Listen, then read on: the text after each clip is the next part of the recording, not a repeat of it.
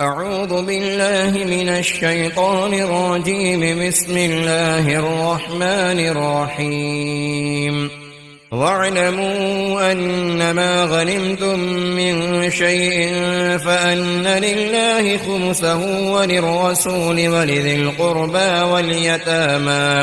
واليتامى والمساكين وابن السبيل إن كنتم آمنتم بالله وما أنزلنا على عبدنا يوم الفرقان يوم التقى الجمعان والله على كل شيء قدير. إذ أنتم بالعدوة الدنيا وهم بالعدوة القصوى والركب أسفل منكم ولو تواعدتم لاختلفتم في الميعاد ولكن ليقضي الله أمرا كان مفعولا ليهلك من هلك عن بينة ويحيى من حي عن بينة وإن الله لسميع عليم. إذ يريكهم الله في منامك قليلا ولو أراكهم كثيرا لفشلتم ولتنازعتم في الأمر ولكن الله سلم إنه عليم بذات الصدور. وإذ يريكموهم إذ التقيتم في أعينكم قليلا ويقللكم في أعينهم ليقضي الله أمرا كان مفعولا وإلى الله ترجع الأمور. يا أيها الذين آمنوا إذا لقيتم فئة فاثبتوا واذكروا الله كثيرا لعلكم تفلحون. وأطيعوا الله ورسوله ولا تنازعوا فتفشلوا وتذهب ريحكم واصبروا إن الله مع الصابرين. ولا تكونوا كالذين خرجوا من ديارهم بطرا ورئاء الناس ويصدون عن سبيل الله والله بما يعملون محيط. وإذ زين لهم الشيطان أعمالهم وقال لا غالب لكم اليوم من الناس وإني جار لكم فلما تراءت الفئتان نقص على عقبيه وقال إني بريء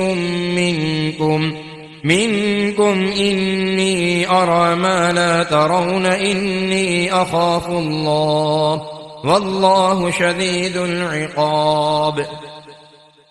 إذ يقول المنافقون والذين في قلوبهم مرض غر هؤلاء دينهم ومن يتوكل على الله فإن الله عزيز حكيم. ولو ترى إذ يتوفى الذين كفروا الملائكة يضربون وجوههم وأدبارهم وذوقوا عذاب الحريق ذلك بما قدمت أيديكم وأن الله ليس بظلام للعبيد. كدأب آل فرعون والذين من قبلهم كفروا بآيات الله فأخذهم الله بذنوبهم إن الله قوي شديد العقاب. ذلك بأن الله لم يك مغيرا نعمة أنعمها على قوم حتى يغيروا ما بأنفسهم وأن الله سميع عليم. كدأب آل فرعون والذين من قبلهم كذبوا بآيات ربهم فأهلكناهم بذنوبهم وأغرقنا آل فرعون وكل كانوا ظالمين. إن شر الدواب عند الله الذين كفروا فهم لا يؤمنون. الذين عاهدت منهم ثم ينقضون عهدهم في كل مرة وهم لا يتقون. فإما تثقفنهم في الحرب فشرد بهم من خلفهم لعلهم يذكرون. وإما تخافن من قوم خيانة فانبذ إليهم على سواء إن الله لا يحب الخائنين. ولا يحسبن الذين كفروا سبقوا إنهم لا يعجزون. وأعدوا لهم ما استطعتم من قوة ومن رباط الخيل ترهبون به عدو الله وعدوكم وآخرين من دونهم لا تعلمونهم الله يعلمهم. وما تنفقوا من شيء في سبيل الله يوفى إليكم وأنتم لا تظلمون. وإن جنحوا للسلم فاجنح لها وتوكل على الله إنه هو السميع العليم. وإن يريدوا أن يخدعوك فإن حسبك الله هو الذي أيدك بنصره وبالمؤمنين. وألف بين قلوبهم لو أنفقت ما في الأرض جميعا ما ألفت بين قلوبهم ولكن الله ألف بينهم إنه عزيز حكيم. يا أيها النبي حسبك الله ومن اتبعك من المؤمنين. يا أيها النبي حرض المؤمنين على القتال إن يكن منكم 20 صابرون يغلبوا 200 وإن يكن منكم 100 يغلبوا 1000 من الذين كفروا بأنهم قوم لا يفقهون. الآن خفف الله عنكم وعلم أن فيكم ضعفا فإن يكن منكم 100 صابرة يغلبوا 200 وإن يكن منكم 1000 يغلبوا 2000 بإذن الله والله مع الصابرين. ما كان لنبي أن يكون له أسرى حتى يثخن في الأرض تريدون عرض الدنيا والله يريد الآخرة والله عزيز حكيم. لولا كتاب من الله سبق لمسكم فيما أخذتم عذاب عظيم. فكلوا مما غنمتم حلالا طيبا واتقوا الله إن الله غفور رحيم. يا أيها النبي قل لمن في أيديكم من الأسرى إن يعلم الله في قلوبكم خيرا يؤتكم خيرا مما أخذ منكم ويغفر لكم والله غفور رحيم. وإن يريدوا خيانتك فقد خانوا الله من قبل فأمكن منهم والله عليم حكيم. إن الذين آمنوا وهاجروا وجاهدوا بأموالهم وأنفسهم في سبيل الله والذين آووا ونصروا أولئك بعضهم أولياء بعض والذين آمنوا ولم يهاجروا ما لكم من ولايتهم من شيء حتى يهاجروا.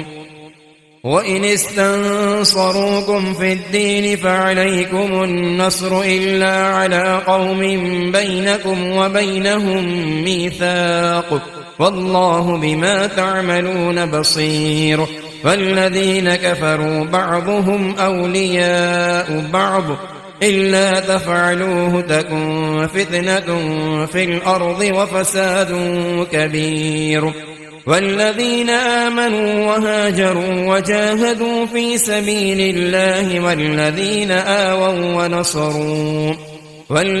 آووا ونصروا أولئك هم المؤمنون حقا لهم مغفرة ورزق كريم والذين آمنوا من بعد وهاجروا وجاهدوا معكم فأولئك منكم وأولو الأرحام بعضهم أولى ببعض في كتاب الله إن الله بكل شيء عليم براءة من الله ورسوله إلا الذين عاهدتم من المشركين فسيحوا في الأرض 4 أشهر واعلموا أنكم غير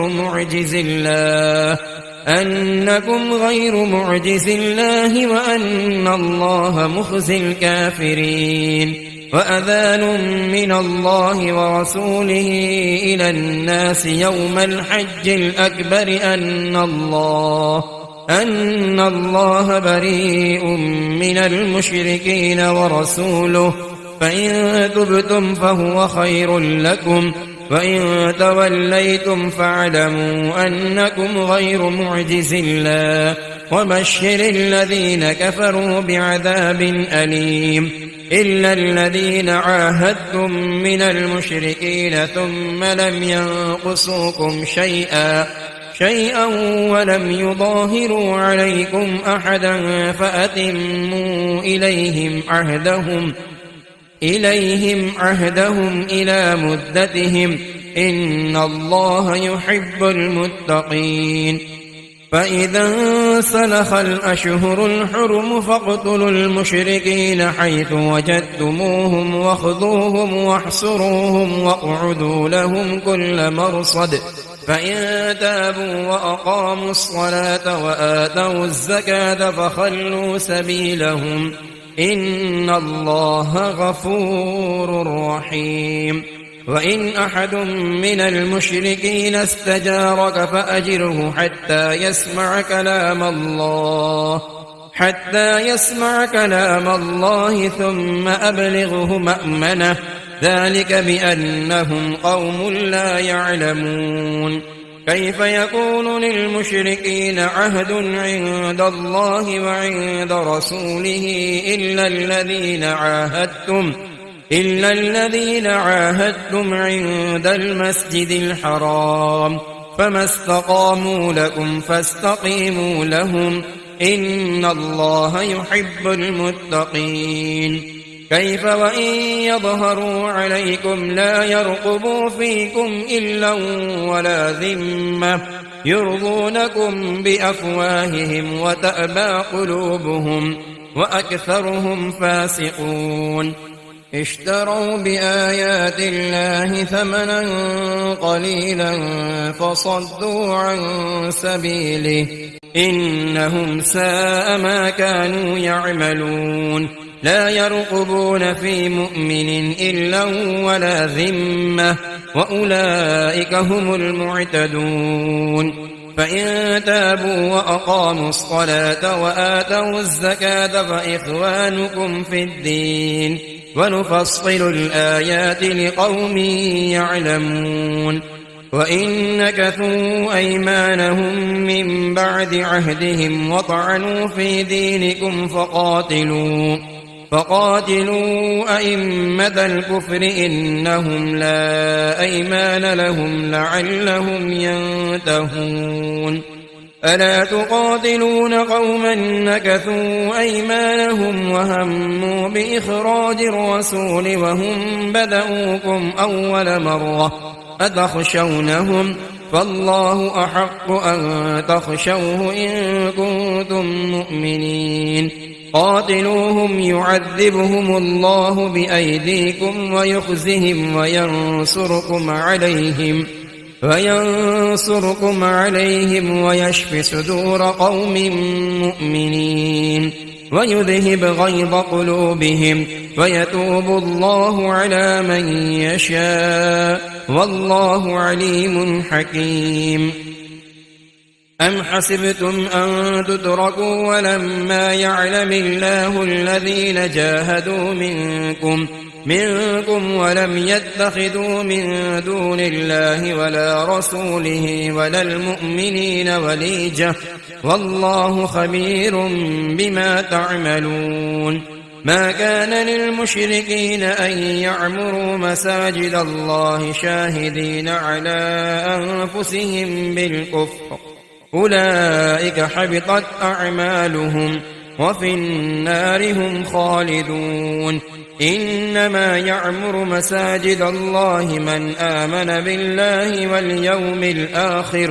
واليوم الآخر وأقام الصلاة وآتى الزكاة ولم يخش إلا الله فعسى أولئك أن يكونوا من المهتدين.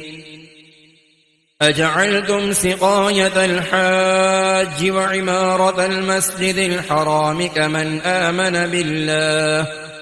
آمن بالله واليوم الآخر وجاهد في سبيل الله لا يستوون عند الله والله لا يهدي القوم الظالمين. الذين آمنوا وهاجروا وجاهدوا في سبيل الله بأموالهم وأنفسهم أعظم درجة عند الله وأولئك هم الفائزون. يبشرهم ربهم برحمة منه ورضوان وجنات لهم فيها نعيم مقيم خالدين فيها أبدا إن الله عنده أجر عظيم. يا أيها الذين آمنوا لا تتخذوا آباءكم وإخوانكم أولياء إن استحبوا الكفر على الإيمان ومن يتولهم منكم فأولئك هم الظالمون. قل إن كان آباؤكم وأبناؤكم وإخوانكم وأزواجكم وعشيرتكم وأموال اقترفتموها وتجارة تخشون كسادها ومساكن ترضونها أحب إليكم من الله ورسوله وجهاد في سبيله فتربصوا حتى يأتي الله بأمره والله لا يهدي القوم الفاسقين. لقد نصركم الله في مواطن كثيرة ويوم حنين إذ أعجبتكم كثرتكم فلم تغن عنكم شيئا وضاقت عليكم الأرض بما رحبت ثم وليتم مدبرين. ثم أنزل الله سكينته على رسوله وعلى المؤمنين وأنزل جنودا لم تروها وعذب الذين كفروا وذلك جزاء الكافرين. ثم يتوب الله من بعد ذلك على من يشاء والله غفور رحيم. يا أيها الذين آمنوا إنما المشركون نجس فلا يقربوا المسجد الحرام بعد عامهم هذا وإن خفتم عيلة فسوف يغنيكم الله من فضله إن شاء إن الله عليم حكيم. قاتلوا الذين لا يؤمنون بالله ولا باليوم الآخر ولا يحرمون ما حرم الله ورسوله ولا يدينون دين الحق من الذين أوتوا الكتاب حتى يعطوا الجزية عن يد وهم صاغرون. وقالت اليهود عزير ابن الله وقالت النصارى المسيح ابن الله، ذلك قولهم بأفواههم يضاهئون قول الذين كفروا من قبل قاتلهم الله أنى يؤفكون. اتخذوا أحبارهم ورهبانهم أربابا من دون الله والمسيح ابن مريم، وما أمروا إلا ليعبدوا إلها واحدا لا إله إلا هو سبحانه عما يشركون. يريدون أن يطفئوا نور الله بأفواههم ويأبى الله إلا أن يتم نوره ولو كره الكافرون.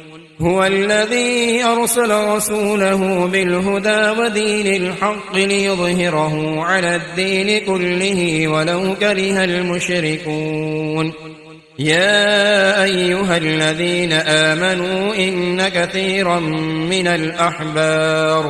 من الأحبار والرهبان ليأكلون أموال الناس بالباطل ويصدون عن سبيل الله، والذين يكنزون الذهب والفضة ولا ينفقونها في سبيل الله فبشرهم بعذاب أليم. يوم يحمى عليها في نار جهنم فتكوى بها جباههم وجنوبهم وظهورهم، هذا ما كنزتم لأنفسكم فذوقوا ما كنتم تكنزون. إن عدة الشهور عند الله 12 شهرا في كتاب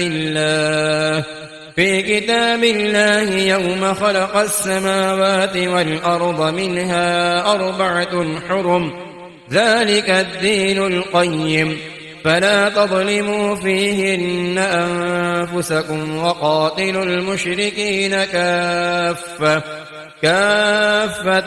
كما يقاتلونكم كافة، واعلموا أن الله مع المتقين. إنما النسيء زيادة في الكفر يضل به الذين كفروا يحلونه عاما ويحرمونه عاما ليواطعوا عدة ما حرم الله فيحلوا ما حرم الله. زين لهم سوء أعمالهم والله لا يهدي القوم الكافرين. يا أيها الذين آمنوا ما لكم إذا قيل لكم انفروا في سبيل الله اثاقلتم إلى الأرض أرضيتم بالحياة الدنيا من الآخرة فما متاع الحياة الدنيا في الآخرة إلا قليل. إلا تنفروا يعذبكم عذابا أليما ويستبدل قوما غيركم ولا تضروه شيئا والله على كل شيء قدير. إلا تنصروه فقد نصره الله إذ أخرجه الذين كفروا ثاني اثنين إذ هما في الغار إذ يقول لصاحبه لا تحزن إن الله معنا، فأنزل الله سكينته عليه وأيده بجنود لم تروها وجعل كلمة الذين كفروا السفلى وكلمة الله هي العليا والله عزيز حكيم. انفروا خفافا وثقالا وجاهدوا بأموالكم وأنفسكم في سبيل الله ذلكم خير لكم إن كنتم تعلمون.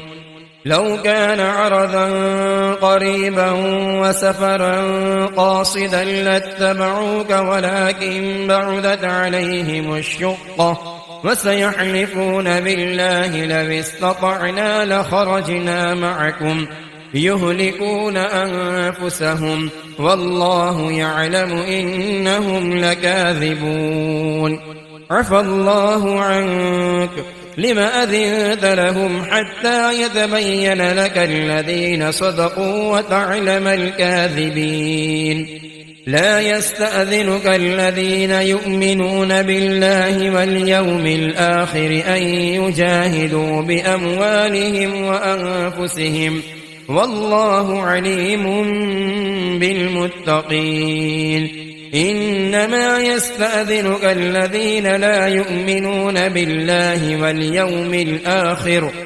واليوم الآخر وارتابت قلوبهم فهم في ريبهم يترددون ولو أرادوا الخروج لأعدوا له عدة ولكن كره الله بعاثهم فثبطهم وقيل اقعدوا مع القاعدين لو خرجوا فيكم ما زادوكم إلا خبالا ولأوضعوا خلالكم يبغونكم الفتنة وفيكم سماعون لهم والله عليم بالظالمين لقد ابتغوا الفتنة من قبل وقلبوا لك الأمور حتى جاء الحق وظهر أمر الله وهم كارهون ومنهم من يقول ذلي ولا تفتني ألا في الفتنة سقطوا وإن جهنم لمحيطة بالكافرين إن تصبك حسنة تسؤهم وإن تصبك مصيبة يقولوا قد أخذنا أمرنا من قبل ويتولوا وهم فرحون قل لن يصيبنا إلا ما كتب الله لنا هو مولانا وعلى الله فليتوكل المؤمنون قل هل تربصون بنا إلا إحدى الحسنيين ونحن نتربص بكم أن يصيبكم الله بعذاب من عنده أو بأيدينا فتربصوا إنا معكم متربصون قل أنفقوا طوعا أو كرها لن يتقبل منكم إنكم كنتم قوما فاسقين وما منعهم أن تقبل منهم نفقاتهم إلا أنهم كفروا بالله وبرسوله ولا يأتون الصلاة إلا وهم كسالى ولا ينفقون إلا وهم كارهون فلا تعجبك أموالهم ولا أولادهم إنما يريد الله ليعذبهم بها في الحياة الدنيا وتزهق أنفسهم وهم كافرون ويحلفون بالله إنهم لمنكم وما هم منكم ولكنهم قوم يفرقون لو يجدون ملجأ أو مغارات أو مدخلا لولوا إليه وهم يجمحون ومنهم من يلمسك في الصدقات فإن أعطوا منها رضوا وإن لم يعطوا منها إذا هم يسخطون ولو أنهم رضوا ما آتاهم الله ورسوله وقالوا حسبنا الله سيؤتينا الله من فضله ورسوله إنا إلى الله راغبون إنما الصدقات للفقراء والمساكين والعاملين عليها والمؤلفة قلوبهم وفي الرقاب والغارمين وفي سبيل الله وابن السبيل فريضة من الله والله عليم حكيم. ومنهم الذين يؤذون النبي ويقولون هو أذن قل أذن خير لكم يؤمن بالله ويؤمن للمؤمنين ورحمة للذين آمنوا منكم والذين يؤذون رسول الله لهم عذاب أليم. يحلفون بالله لكم ليرضوكم والله ورسوله أحق أن يرضوه إن كانوا مؤمنين. ألم يعلموا أنه من يحادد الله ورسوله فأن له نار جهنم خالدين فيها ذلك الخزي العظيم. يحذر المنافقون أن تنزل عليهم سورة تنبئهم بما في قلوبهم قل استهزئوا إن الله مخرج ما تحذرون. ولئن سألتهم ليقولن إنما كنا نخوض ونلعب قل أبالله وآياته ورسوله كنتم تستهزئون لا تعتذروا قد كفرتم بعد إيمانكم إن نعف عن طائفة منكم نعذب طائفة بأنهم كانوا مجرمين.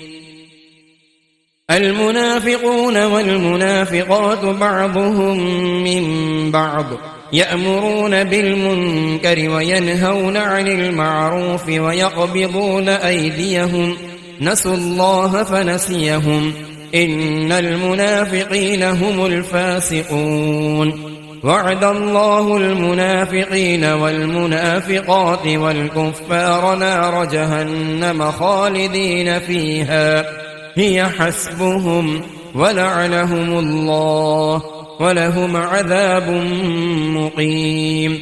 كالذين من قبلكم كانوا أشد منكم قوة وأكثر أموالا وأولادا فاستمتعوا بخلاقهم فاستمتعتم بخلاقكم كما استمتع الذين من قبلكم بخلاقهم وخذتم كالذي خاضوا أولئك حبطت أعمالهم في الدنيا والآخرة وأولئك هم الخاسرون.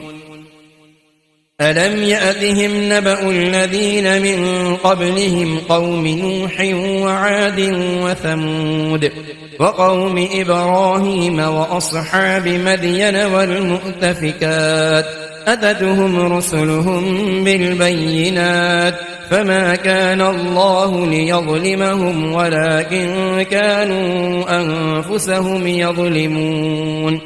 والمؤمنون والمؤمنات بعضهم أولياء بعض يأمرون بالمعروف وينهون عن المنكر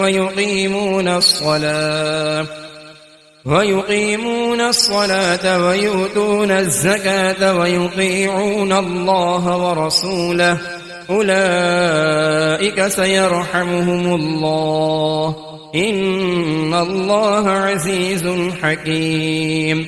وعد الله المؤمنين والمؤمنات جنات تجري من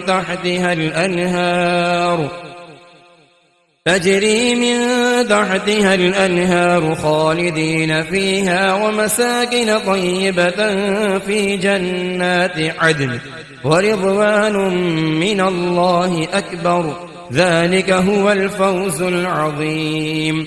يا أيها النبي جاهد الكفار والمنافقين واغلظ عليهم ومأواهم جهنم وبئس المصير يحلفون بالله ما قالوا ولقد قالوا كلمة الكفر وكفروا بعد إسلامهم وهموا بما لم ينالوا وما نقموا إلا أن أغناهم الله ورسوله من فضله فإن يتوبوا يك خيرا لهم وإن يتولوا يعذبهم الله عذابا أليما في الدنيا والآخرة وما لهم في الأرض من ولي ولا نصير ومنهم من عاهد الله لئن آتانا من فضله لنصدقن ولنكونن من الصالحين فلما آتاهم من فضله بخلوا به وتولوا وهم معرضون فأعقبهم نفاقا في قلوبهم إلى يوم يلقونه بما أخلفوا الله ما وعدوه وبما كانوا يكذبون ألم يعلموا أن الله يعلم سرهم ونجواهم وأن الله علام الغيوب الذين يلمزون المطوئين من المؤمنين في الصدقات والذين لا يجدون إلا جهدهم فيسخرون منهم سخر الله منهم ولهم عذاب أليم استغفر لهم أو لا تستغفر لهم إن تستغفر لهم 70 مرة فلن يغفر الله لهم ذلك بأنهم كفروا بالله ورسوله والله لا يهدي القوم الفاسقين فرح المخلفون بمقعدهم خلاف رسول الله وكرهوا أن يجاهدوا بأموالهم وأنفسهم في سبيل الله وقالوا لا تنفروا في الحر قل نار جهنم أشد حرا لو كانوا يفقهون فليضحكوا قليلا وليبكوا كثيرا جزاء بما كانوا يكسبون فإن رجعك الله إلى طائفة منهم فاستأذنوك للخروج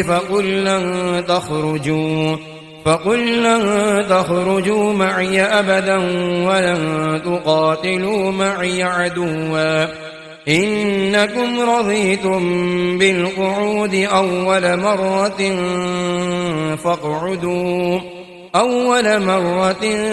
فاقعدوا مع الخالفين ولا تصل على أحد منهم مات أبدا ولا تقم على قبره إنهم كفروا بالله ورسوله وماتوا وهم فاسقون ولا تعجبك أموالهم وأولادهم إنما يريد الله أن يعذبهم بها في الدنيا وتزهق أنفسهم وهم كافرون وإذا أنزلت سورة أن آمنوا بالله وجاهدوا مع رسوله استأذنك أولو الطول منهم وقالوا ذرنا نكن مع القاعدين رضوا بأن يكونوا مع الخوالف وطبع على قلوبهم فهم لا يفقهون لكن الرسول والذين آمنوا معه جاهدوا بأموالهم وأنفسهم وأولئك لهم الخيرات وأولئك هم المفلحون أعد الله لهم جنات تجري من تحتها الأنهار خالدين فيها، ذلك الفوز العظيم.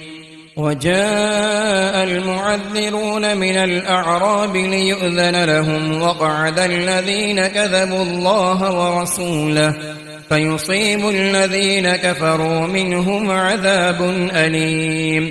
ليس على الضعفاء ولا على المرضى ولا على الذين لا يجدون ما ينفقون حرج إذا نصحوا لله ورسوله، ما على المحسنين من سبيل، والله غفور رحيم. ولا على الذين إذا ما أتوك لتحملهم قلت لا أجد ما أحملكم عليه، فولوا وأعينهم تفيض من الدمع حزنا ألا يجدوا ما ينفقون. إنما السبيل على الذين يستأذنونك وهم أغنياء رضوا بأن يكونوا مع الخوالف، وطبع الله على قلوبهم فهم لا يعلمون.